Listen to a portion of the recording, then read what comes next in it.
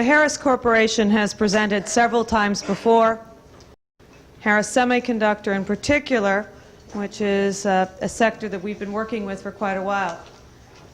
Ray Ford, Director of Plant Operations, Mountaintop.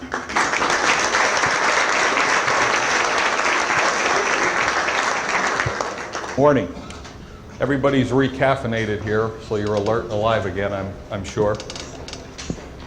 As Dee mentioned, I'm the Director of Plant Operations for Mountaintop, Pennsylvania, which is a long-winded, overbearing way of saying I'm a plant manager.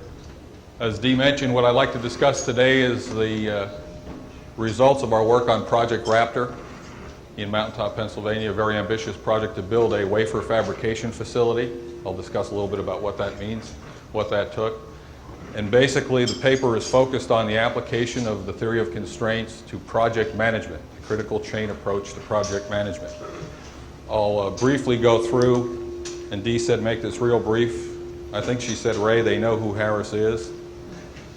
Don't put them to sleep with this chart again. Harris is a $3 billion corporation, high technology, heavy engineering content, headquartered in Melbourne, Florida. More specifically, the semiconductor sector of which we are a part, and this project is based, our project was based in Mountaintop, Pennsylvania. That's where we do all of our power discrete manufacturing worldwide. It has a sister facility in Kuala Lumpur, Malaysia, where back-end processing and test is done. Very large facility. The Malaysia facility is some 4,000 people strong. The Mountaintop facility is about 850 people at this time. Does about $300 million of business at this time. The project I'm going to discuss, Project Raptor, encompasses an interaction between both of those sites. By way of background, a little more detail about Mountaintop. It's a 30-plus-year-old facility, previously owned by General Electric and RCA, so it's an acquisition by Harris Corporation. In a commodity business, discrete power semiconductors is the low end of the food chain in the electronic component business. High volume, 20 and 30 million units a month, low cost, average selling price 40 to 50 cents. Classic follower philosophy. We were in a commodity business. We were not much of a factor. We were me too. Our strength was we had significant volume and quality capability, but we were not leaders in market share, technology, or market leadership. 4 years ago, we dispersed DBR and SFM extensively throughout the plant. We currently have 4 Jonas on site in Mountaintop. I am one of them. 3 of my staff are also Jonas. We do have a Jonah on site in the Kuala Lumpur facility, our back-end operation. And in the last month, we've added Jonah to our marketing operation to further exploit our marketing opportunities. Dee mentioned briefly in September of '95 in Philadelphia, we had a presentation on the DBR results and what that had done for us in the Mountaintop facility. I'll summarize those briefly in a minute. And if you were in March of '96, you were in Washington, D.C., you heard about the ambitious look we had taken at the Raptor project and the translation of what is 30 months in our industry as a typical norm, and what we believed we could do with that. And I'll report today on what we have accomplished so far. The market we're in, again, is a market that's currently growing rapidly through the end of the decade. It's growing at 10 to 20% a year. It's a very large market, a few $1 billion. It's coming through a bust cycle. If you're not a strategist and you're a tactician, the last 13 months have been tough. The decade's been great. That's a little bit of the cost world and the throughput world right there for you. There have been very moderate adds to capacity around the world in this industry. Why? Because it's tough, profitability is marginal, and people are reluctant to invest significant capital in an industry such as ours. The comfort factor is not very high. In summary, the 4 years that we applied the theory of constraints to DBR, we had some significant improvements in our operation and our business. The industry I mentioned grew at 10 to 20% a year for the last 4 years.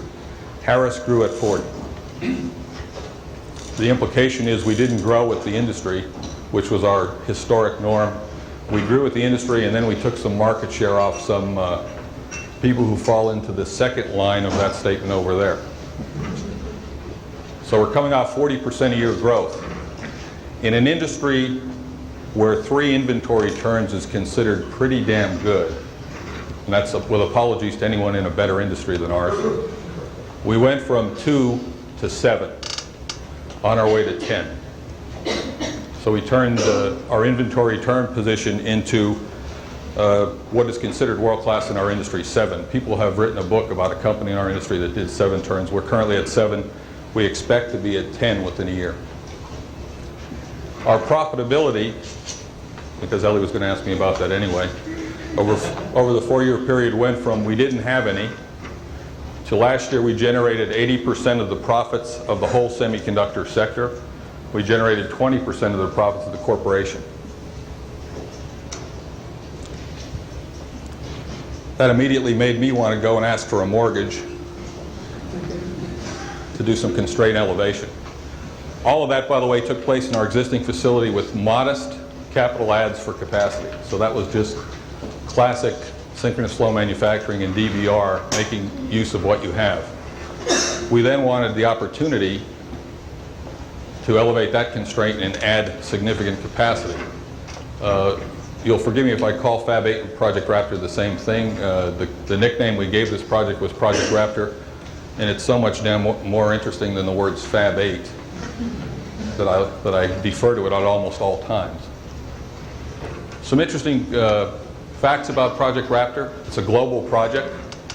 It's a pipeline project. I mentioned we manufacture 2/3 of the process in Mountaintop. The other end of the pipe is 12,000 miles away in Kuala Lumpur, Malaysia, where it has to be assembled and tested and shipped to turn into true throughput.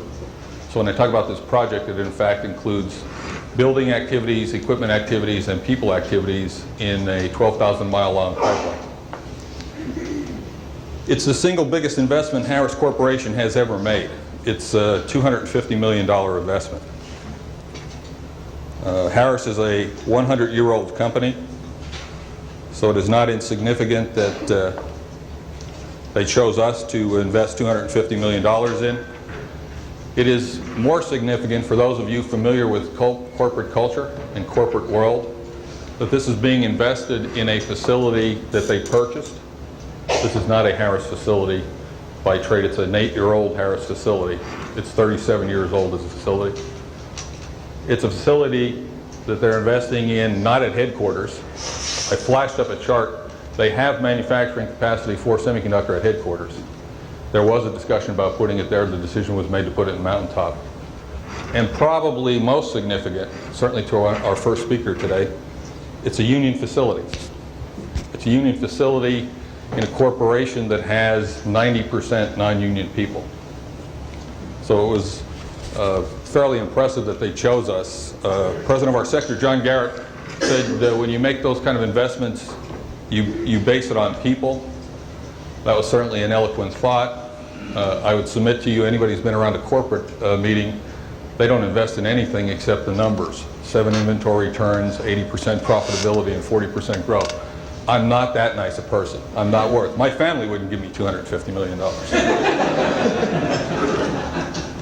But it was a nice thought. The project went on full speed. The project, first of all, doubled our capacity. This was not a follow the market, follow that 10 to 20% growth rate. I mentioned we have been growing 40% a year. This doubles our existing installed capacity. This is a play to win strategy. That is a strategy that John Garrett, the president of our sector, does espouse and does live up to. Anybody who gives you a $250 million bet is playing to win. He's not at the slots. Duration of the project took place during the probably worst 13 months in the semiconductor industry history. At least that's what the electronic rags have touted the last 13 months of our industry. Remember, growth through the decade was 10 to 20% and healthy for all, but the last 13 months was hell. The project management at corporate stayed committed to this project for 2 reasons. The easy and obvious one is they were thinking 30 months. Project done. and I'll show you some results on that. So we were ahead of corporate expectations. If you've been around corporate, their commitment remains firm as long as you are ahead of their expectations. If you get close to their expectations, commitment wavers. And if you get below it, you've got to stall the project. The second reason was it moved so fast. Speed is everything, in many senses of the word. It moved so fast that by the time they got around to even thinking about whether they should stop it, it was done. They did. There was a discussion 10 months into this thing. Like, what if we stopped? And I said, gee, we own everything. We got a building, the equipment's in it, we've hired the people. What would we say? Even the cost accountants couldn't come up with something for that, and they tried. In fact, they tried for about 3 days to figure out how that happened. So we got our mortgage, and we got ready to start our project. And the first thing we did was a PERT CPM out with the project. We did that because that's extremely popular at corporate. It had some pluses, it had significant minuses. The plus was it got a core group of people together, which I'll talk about in a little more detail. And we really got a good feel for the scope of this activity, this large undertaking. It generated 5,000 or 6,000 or 7,000 individual tasks, like a good PERT chart does. All of them equally weighted, by the way, and all of them equally important. And it gave us a feel for how hard this was going to be. It also generated the world's best high-tech wallpaper. If you're an engineer, you can do a conference room with the PERT chart for this project. You could also get real discouraged about why they didn't take more than 30 months to get a project like this done. So we decided it was interesting, but not the way we were going to approach the project. Dee joined us right around that time, became our mentor along with the Institute and Ellie on this project. And we approached it from the critical chain approach, the TOC approach, the throughput world approach to this, and said, what is the critical chain?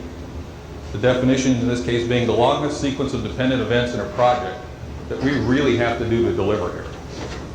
And that critical chain came down to be, we've got to build a building, I should say constructions, because there was some construction being done in Malaysia at the same time. That's an error on my part. Install equipment, both here and in Malaysia, to achieve this. And qualify all the product and ramp it into production. Turn it into throughput. Now that's a big disappointment, by the way, if you're an engineer who got $250 million to build a building. Because building a building is too damn much fun. You love to do it. You love to install and buy equipment. Engineers love to do this. I'm an engineer, by the way. Love to spend money. Engineers are reluctant to turn money investment into throughput because that's where the work starts. If you're an operations guy, that's where your fun begins, right? This project, as it was defined in a PERT chart, was to build a building and install some equipment. When Dee got done with this critical chain, it was a project to ramp a facility into 90% of its production output, so it was paying back that mortgage. A little bit different perspective with rather significant implications. We did establish a cross-functional core team of people. We did something pretty interesting with this. We made the architect and the construction manager, as well as a group of people with us, our core team. Architects and construction managers usually meet if necessary. They usually require a referee. We had a core team inside the plant that included human resources, horror of horrors, cost accounting for educational purposes, MIS, and several other activities not usually associated with a building. The building usually belongs to the engineers until they're ready to turn the key. And then someone finds out that they didn't put adequate parking into place, that the MIS systems aren't up to speed. So we had a very interesting guidance and discussion with Dee on how you get a real core team focused on that. We also told our construction firm and our design firm that we really wanted this thing in 13 months. Now they'll tell you anything when you're given that kind of money. And they said, we'll try. And I said, No, we want to do this as a real partnership. We want to hear what we have to do that.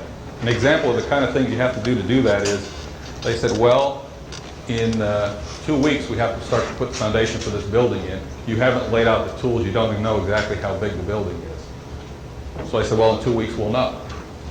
Pretty much we'll know. In 2 weeks we did. In another 2 weeks they needed to know a tool layout, and they said, we can tell you people bigger than you work a year and a half on the tool layout and they still don't have it right. And being an engineer, I knew the answer to that question. The tool layout is never right. The tool layout is good enough. Dee educated me on that. So we did work closely with them from the beginning and allowed them to challenge us with what you have to do to make something, you build something in 13 months. You can build a building in 13 months if you really want to. We applied POC management techniques for the project. We did not do daily buffer reviews. We did do critical chain monitoring religiously. We defined this critical chain, and we as the management team religiously monitored the critical chain of events. As importantly, we did not monitor everything else we subordinated to the critical chain. We did not say one thing and act another. We did not drive the management group that was running this core team crazy with anything that wasn't related to how you're doing on the critical chain.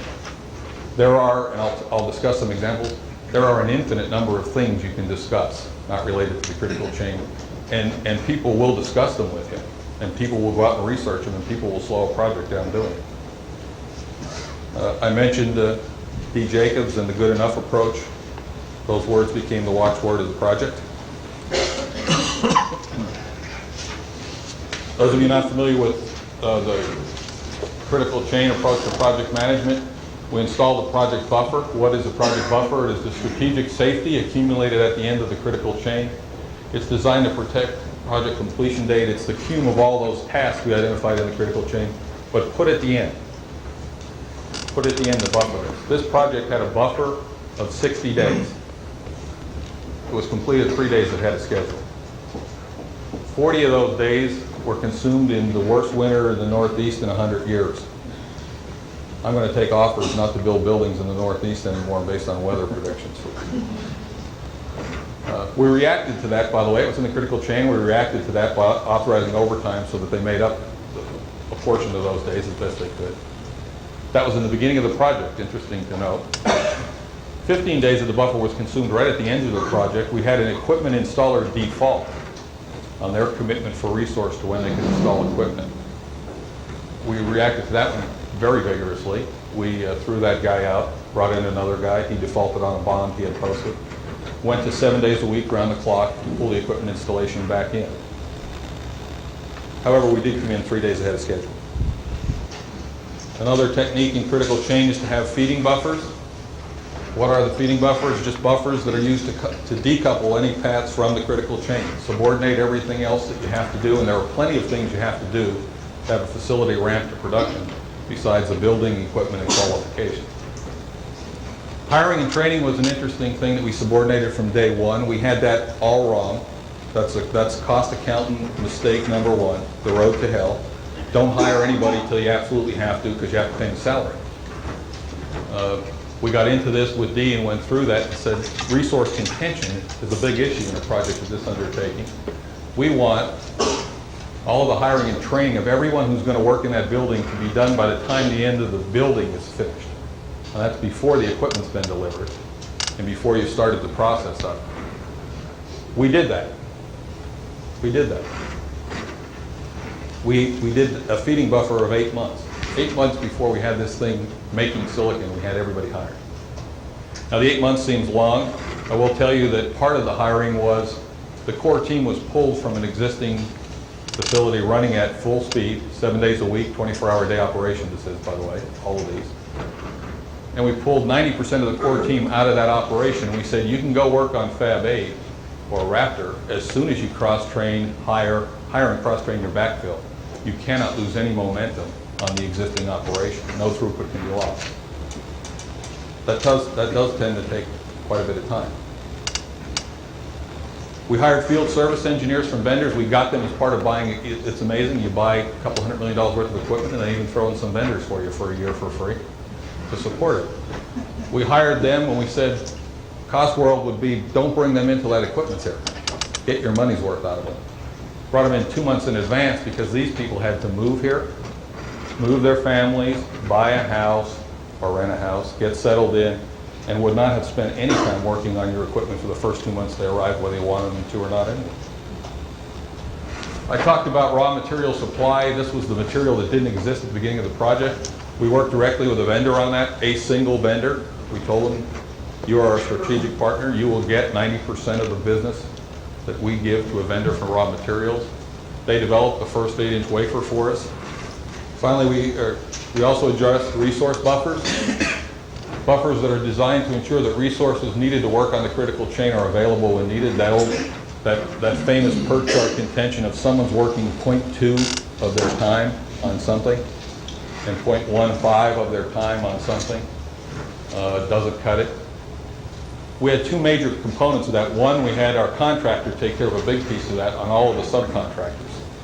We said, you're going to manage them, they're your responsibility. We didn't have, with the exception of the one default, didn't have any contention issues. The other part we had was internal. We evaporated resource contention during equipment installation and product qualification. We did something pretty interesting with the equipment here. You can't have the equipment ramped up in 13 months if you wait for it to get here to qualify it and to train everybody on it. So we trained all of our operators, technicians, and engineers on our equipment at our vendor sites around the world, and in fact qualified the first processes there. All we did was verify those processes when we started our tools up when they were delivered. Cost accountants love that. Before I go into some specific detail results, I just want to talk about a global look at this project. Our first and foremost priority was the scope of the project was fixed. We said we were going to do enough capacity to double our business. That's what we have. That's what we installed. Those of you, as I have been over the years, who have been associated with projects that don't work, one of the easiest things to do is just revise the scope of the project. In technology industries, there's an excuse a minute to do that. The excuse we've had in the last 12 months is a new technology has been invented. We could have said, well, because there's a new technology associated with this, we'll need another 6 or 8 months on this project. We fixed the scope. We fixed the duration. We made it real clear that we wanted to do this in 13 months. As I mentioned, it came out 3 days early on silicon output. It's about 15 months ahead of industry average on production ramp as well, and I'll show you a little bit about production ramp, dollar days. Project's a third ahead of corporate expectations, and that's not because corporate has low expectations. No one gives you $250,000 with low expectations. In fact, they have very high expectations, but it's all based on what people have done before. They want it paid back real quick, too. Project was semi-variable. The budget was semi-variable. We were 4% over on budget. Big budget overruns. Lots of discussion for about a week on that until they saw the rest of the results. The real irony of a cost world approach to budget is, anyone here familiar with what the projected overrun would be on a project this size at a corporate level? 10% they consider a direct hit. 5% you get a gold star, I think. We were 4% over and we didn't even pay attention to it.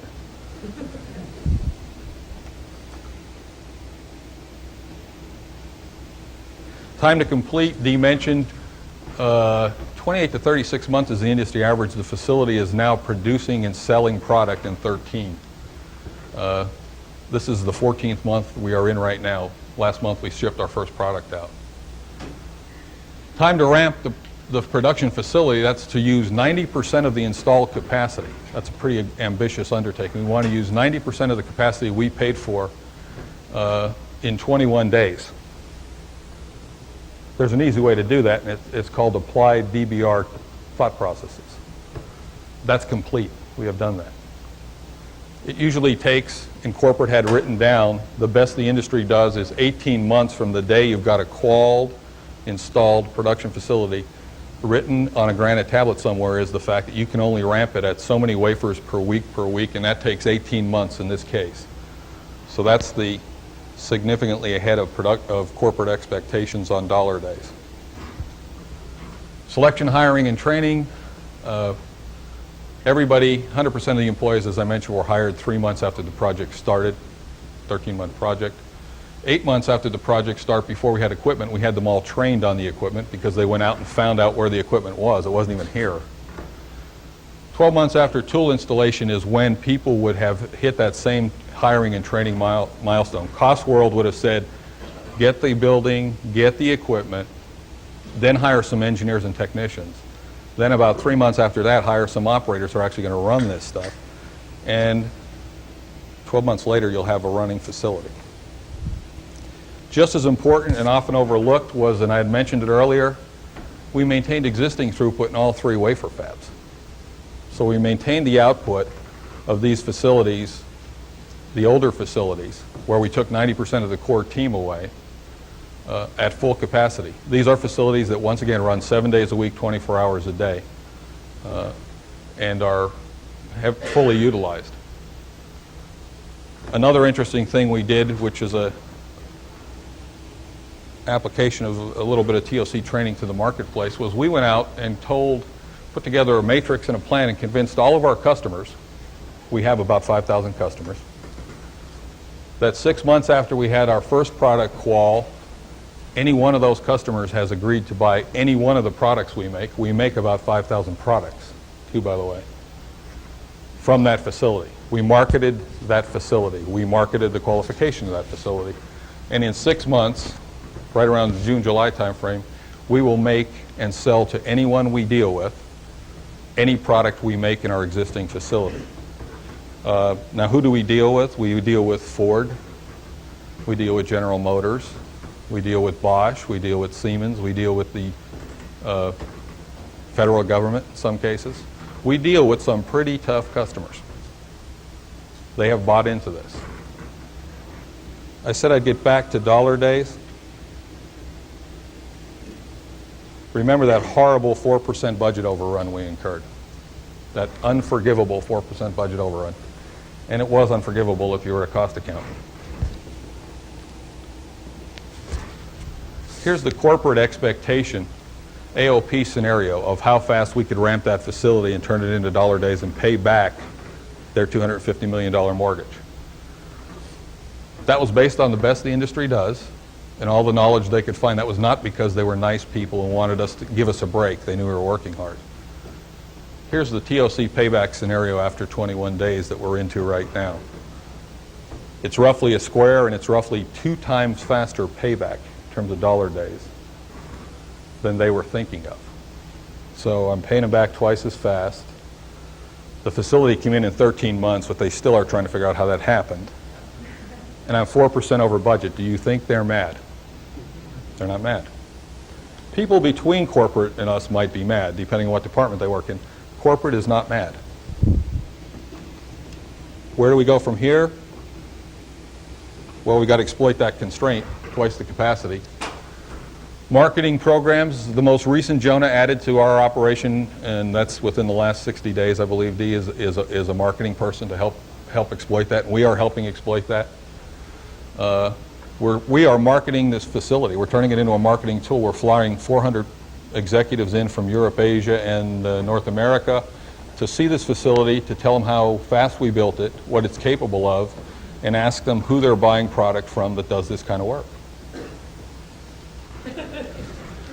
The next interesting thing you're liable to hear about in another couple of Jonah sessions is we're applying this technology now to new product development. We've got our design activity, which is co-located in Mountaintop and has not been part of TOC so far. And we're going to use critical chain project management to introduce 200 new products from Harris in 18 months. The industry norm and the Harris best ever practice is 20 to 40 new types a year. So this is about a 500 to 700% improvement in rate of new product introduction to exploit this capacity constraint that we have and to take more market share. After we get this mortgage cleared away, we want to elevate the constraint again. It occurred to us as we went through this that building one wafer fab at a time is inefficient. It's time consuming. We're probably going to build 3 the next time. It also occurred to us as we went through this that we made some mistakes. So 13 months was a good, Dee would say was probably a good first start for us. We probably can go 30% faster than that on the second time. Special acknowledgments. I always acknowledge anyone who loaned me $250 million for any reason, any time. Anybody here has money, I'll acknowledge you right after this or publicly. The FAB 8 team of people who had, I heard the term whatever it takes, and we use that as well. We're in trouble. We're going to get copyrighted by, I see Digital Equipment now has it as a major ad campaign. D. Jacob for guidance and encouragement, and of course Ellie for his vision and support of Harris over the 4 years. I would point out that there's a feedback effect here. This is only here because of 7 inventory turns, 80% of the profit for the sector, and 20% of the profit.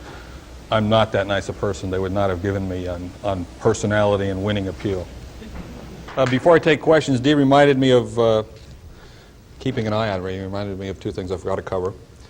One was what did we do about designing this new facility for loading? Traditional industry norm for semiconductor is to level load a facility.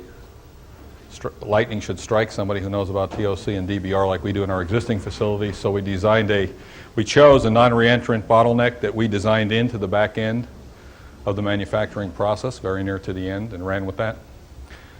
The other thing she reminded me of is before we applied our first application of critical chain to what was going to be the critical chain for this, as it was being misapplied at that time, was that people and hiring and resource was actually going to be the critical chain item that was going to cause this project to take 30 months, and with her help, we subordinated that almost immediately. Questions? How did you obtain your building permits? And if you have emissions, how did you get your EPA permits? Question was, how did we obtain building permits, and with emissions, if we have emissions, boy, do we have emissions. We don't miss anything in semiconductor. How did we get permitting?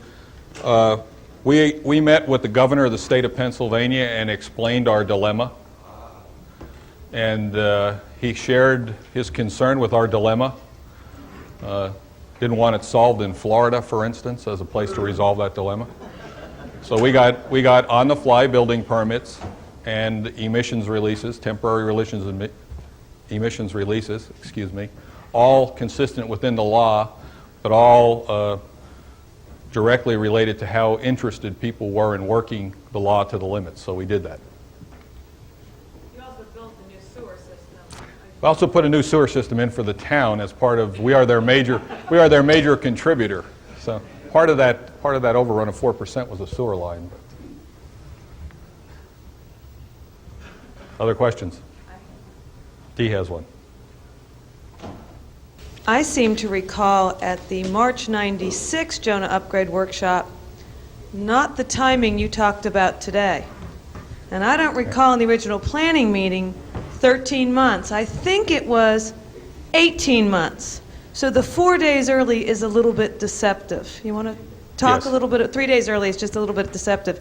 It sounds to me like it's a few months and 3 days. That's, you're totally correct. I'm my own worst critic.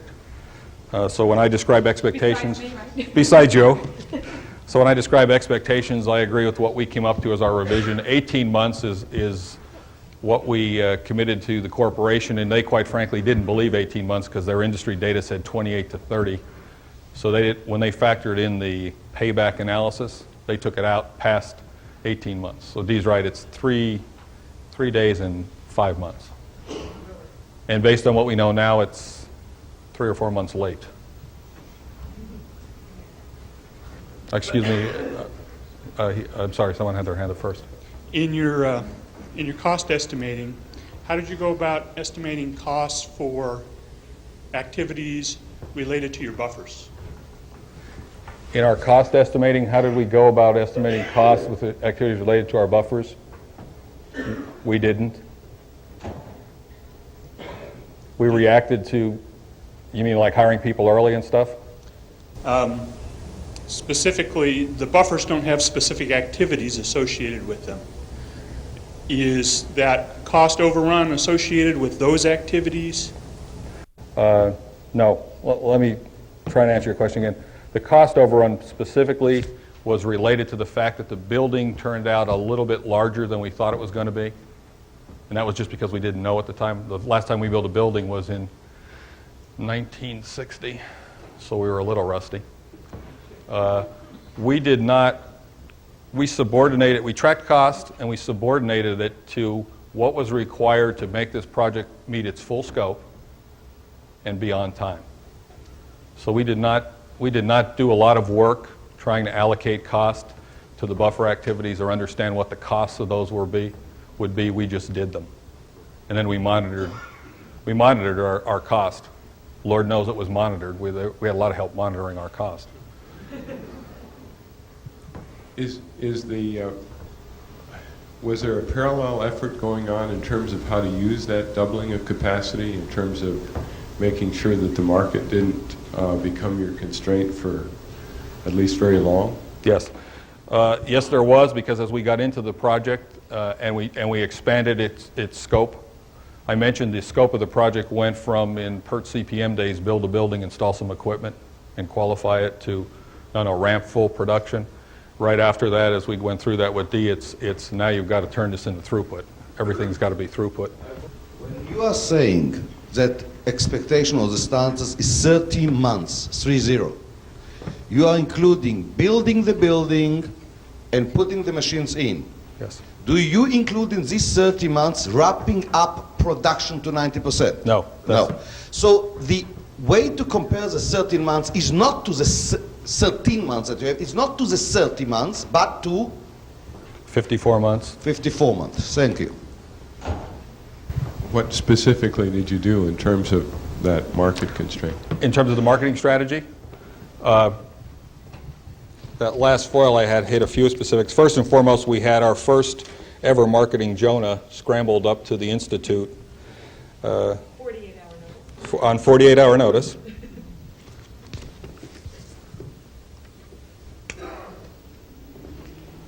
Secondly, we turned the facility itself into a marketing tool.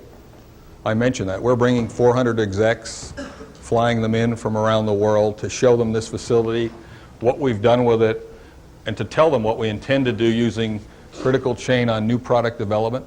I mentioned 500 to 800% improvement in new product development rate. All of these things are valuable to a customer and indicate commitment and competency. So we made the facility a marketing tool. We did a brochure for our field sales force to hand out about the facility, about the capabilities. We did a film, which if we can get it edited through legal, will be all right, or get a waiver from Mr. Spielberg. And we are focused on, myself and my staff went in the marketing business because we could not let that be the constraint. We had to turn this into throughput. So we made the film, we authored the customer days. We are doing whatever it takes, there's that, with all respect to digital equipment, to not let the market be our constraint. In fact, we are betting to win. We are going to take market share off somebody else. That quick and the dead quote. The market's not going to grow 40%. We are. The market's going to grow 10 to 20. Somebody's going to lose. And it's working. Oh, it's working quite well. Some of the most eligible to lose are absolutely obsessed with this project. Absolutely obsessed with this project. You get all that Machiavellian kicks out of critical chain project management as well. There's a lot of sleep being lost on the West Coast.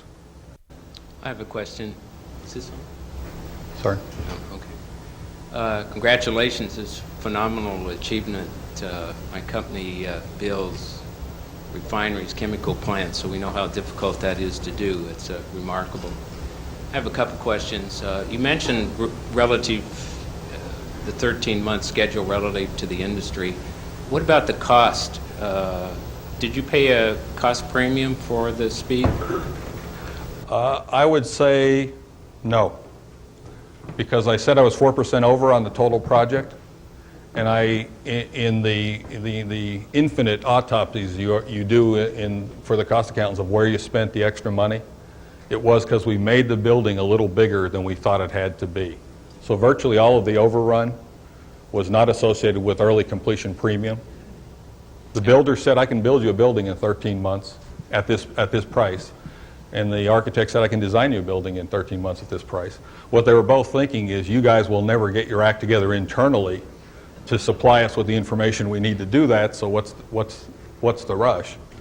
But I'd say virtually 4% total overrun, which again, remember, that's a direct hit in the corporate world, because nothing moves that well at corporate, or is that accurate. 4% overrun, I'd say in excess of 3% of it was because we changed the parameters of the building based on knowledge we gathered as we went through building the building. So we didn't pay an early completion bonus. We didn't pay round-the-clock overtime or anything extenuating like that. The $250 million, was that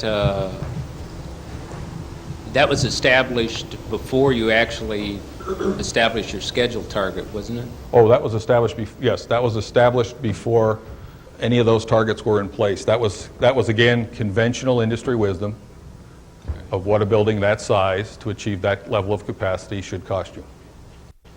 All right, I have one more question. Wait, I want to elaborate a little bit about that.